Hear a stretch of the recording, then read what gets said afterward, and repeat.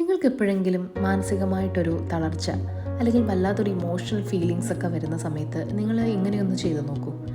നമുക്ക് ഏറ്റവും ഇഷ്ടപ്പെട്ട ഒരു കാര്യം നമ്മൾ അതിലേക്ക് കുറച്ചൊന്ന് ഇൻവോൾവ് ചെയ്യാൻ ശ്രമിച്ചു കഴിഞ്ഞാൽ നമ്മൾ തൽക്കാലത്തേക്കാണെങ്കിൽ പോലും നമ്മൾ ആ ടെൻഷനുകളിൽ നിന്നൊക്കെ ഒന്ന് മാറും.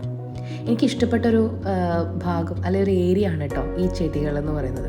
അത് വലിയൊരു ഗാർഡൻ സെറ്റിംഗ് ഒന്നും ചെയ്തതല്ല, എന്നിരുന്നാൽ പോലും ചെറുതാണെങ്കിൽ പോലും അവയുടെ മുട്ടുകൾ, ആ മുട്ട് വിരിയാനെടുക്കുന്ന ഒരു പിരീഡ്, അല്ലെങ്കിൽ അത്രയും മുട്ടുകൾ കാണുമ്പോൾ ഉള്ളൊരു സന്തോഷം, ആ പൂക്കളുടെ ഭംഗി, സ്മെല്ല്, നിറം ഒക്കെ ആസ്വദിച്ച് അവരെ കൂടെ തന്നെ നിന്ന് അല്ലെങ്കിൽ അവയൊന്ന് തൊട്ട് തലോടി അവരോട് എന്തെങ്കിലുമൊക്കെ ഒന്ന് സംസാരിച്ച് അപ്പോൾ കിട്ടുന്നൊരു സുഖം തൽക്കാലത്തേക്കാണെങ്കിൽ പോലും നമ്മുടെ വിഷമങ്ങളെ കവറപ്പ് ചെയ്യാൻ പറ്റുമെന്ന് എനിക്ക് എപ്പോഴും ഫീൽ ചെയ്യാറുണ്ട് കേട്ടോ.